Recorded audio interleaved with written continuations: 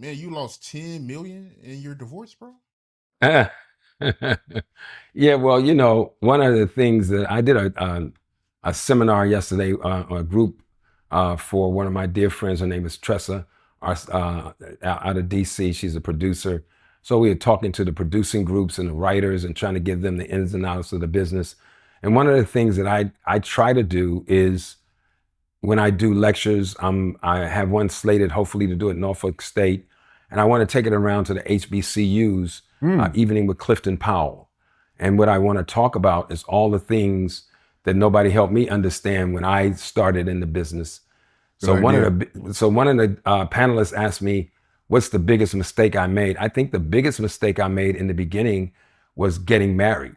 Not so much because marriage is bad, but trying to build my career inside of my marriage. It's simply impossible.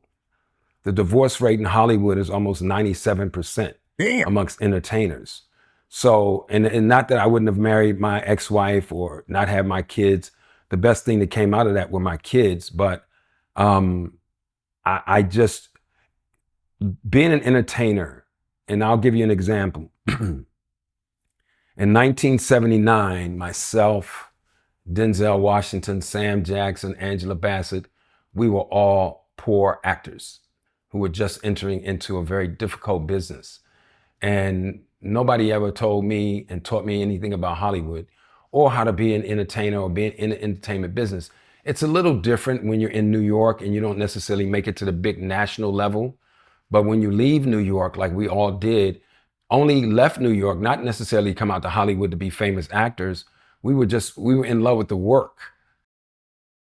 And that becomes the actor's biggest problem. I can tell you from experience, trying to maintain a relationship, especially in today's modern game, while trying to be an actor. And, my life is a little different now, but just the struggle that it is, the constant trying to build a career and trying to get established in a very unstable market, especially as a Black actor. Like, trying to maintain a relationship in that sometimes is difficult. And then you look at what he said about the average of Hollywood relationships. How many relationships can you talk about that still exist from back in the day? Oh, Will and Jada. You see what they're going through, right? Put two artists together, put two actors together in a relationship, and sparks will fly. Sometimes they'll lean on each other. Sometimes it's good because uh, the woman can kind of the woman and the man can both see what each other is going through because they're going through it too. You know, that's the same thing with dealing with women that are outside of the business. A lot of times they don't have a reference point for what you're going through, and they don't know that you're trying to sacrifice now so that you can get a payoff later down the line. You're trying to basically it's like being an entrepreneur, but you're putting yourself out there on a hope and a prayer, you're trying to live off of your talent, and that can set up some stress. One of the number one factors for divorce is finances. So you imagine, like he was talking about 1979, Denzel, Pauletta.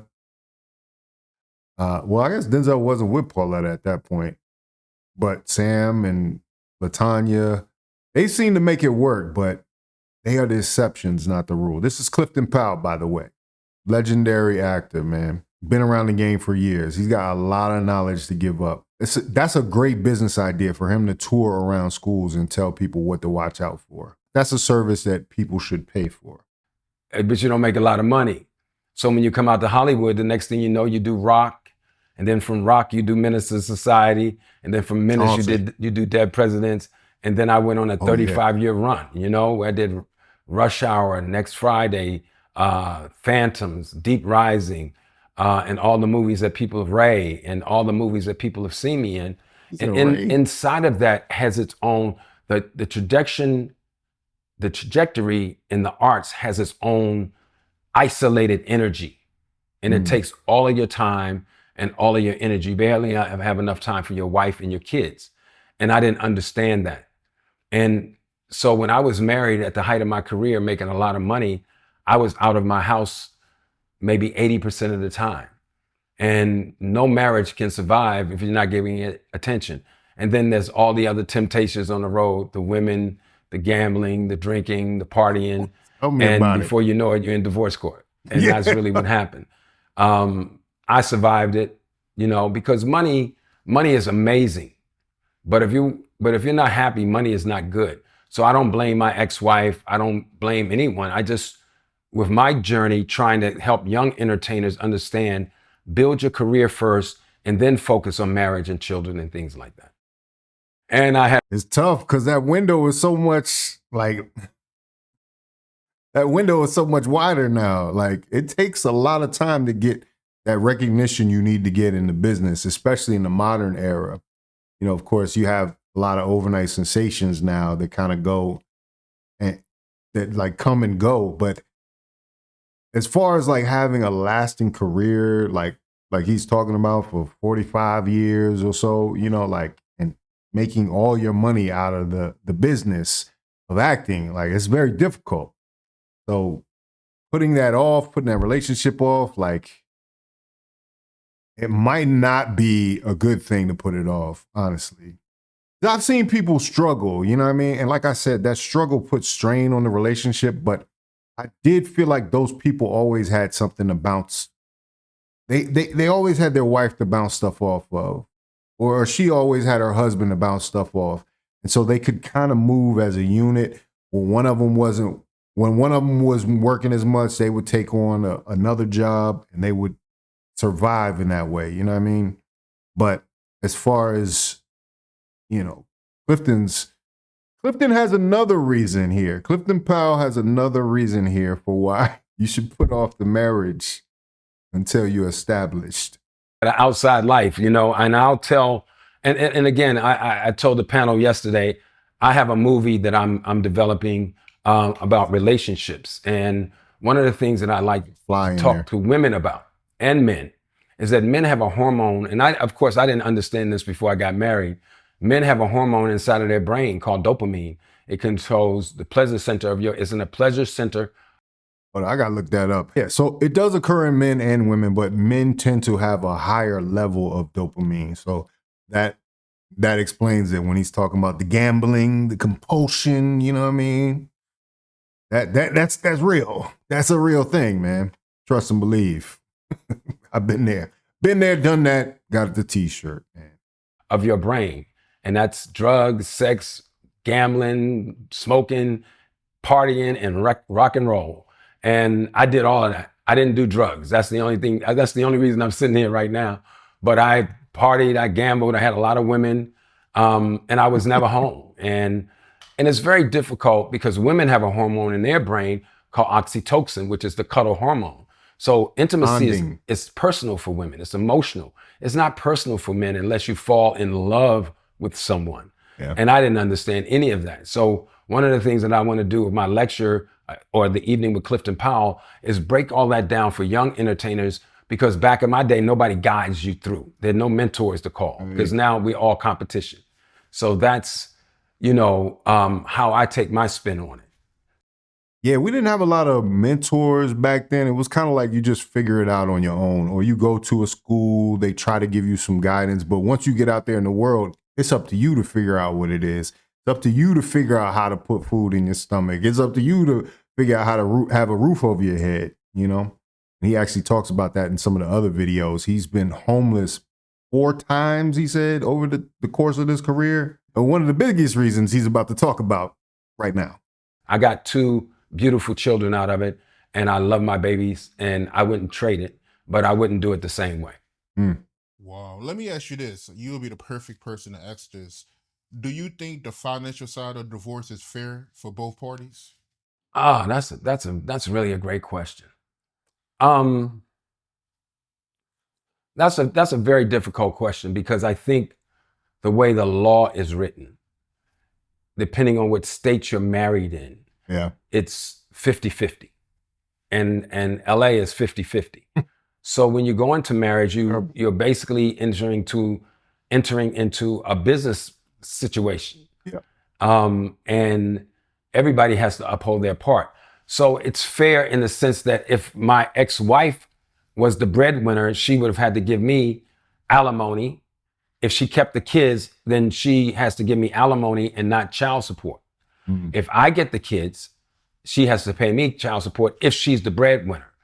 If I'm the breadwinner and I get the kids, then, you know, I have to pay her alimony because I have the kids and there's no child support because they're with me. So it's fair. I mean, I know females, I have a couple of female friends who are paying child support and alimony.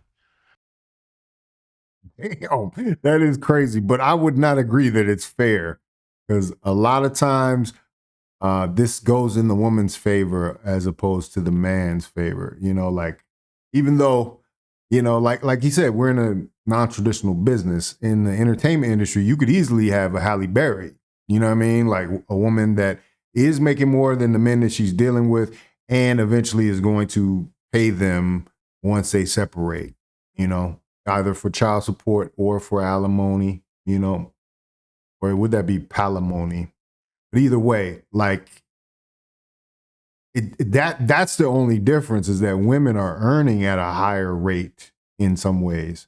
But, you know, it's very rare that you get a Halle Berry. But I know a couple other professions that are kind of connected to the acting industry are also, you know, high paid, and you gotta be careful because, like you said, 97%. I wish I could find that documentation, but 97% divorce rate, like it's higher in Hollywood just based on your profession. Let that sink in. So I think you have to understand that marriage is on top of the love, it's a contract. And if you don't uphold your end of the bargain, then you're going to get a problem. You're going to have a money problem if you don't have it. Did that answer your question? Yeah, in a sense, because a lot of people say that it's unfair to the men. So, you know, I don't know. Well, I gotta say this. I'm a little different. If you make a baby, you gotta take care of your baby for 21 years at least. So if you want to stop making babies, then put your condom on. That's as simple as that. My ex-wife didn't make me marry her. I come out of a traditional Christian kind of background, and I felt like that was the right thing to do. I didn't understand the business part of it, but I wasn't a good husband. I can sit here and tell you I wasn't a good husband. Men are not monogamous. Women will never want to believe that, not because we want to be, but because we have dopamine in our brain. And then when you put entertainer on top of it, popular, famous, however you want to consider me, it comes with a lot of outside attention. Oh, yeah. Especially from women. So I would sit here and say, you know, I wasn't a great husband. If I could do it again, if and when I marry Marquita, I'm going to be focused. I'm going to be ready. I'm going to be disciplined. And I've learned how to handle all the outside distractions. Good. So if the woman is the breadwinner, she's going to end up paying. If the man is the breadwinner, he has to pay. It's the way it goes. There's nothing if you're the breadwinner, you can hide money if you want.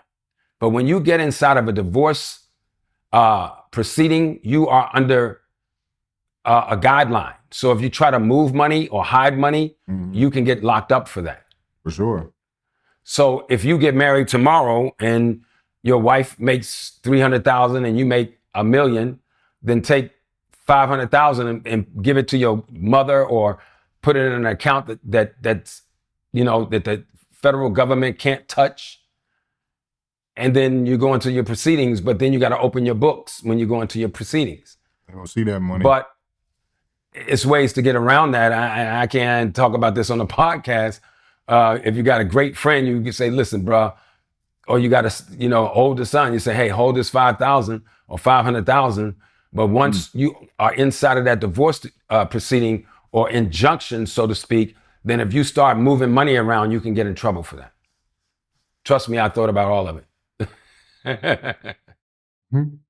So what do y'all think? Does your career choice stop you from making certain decisions about relationships you want to be in?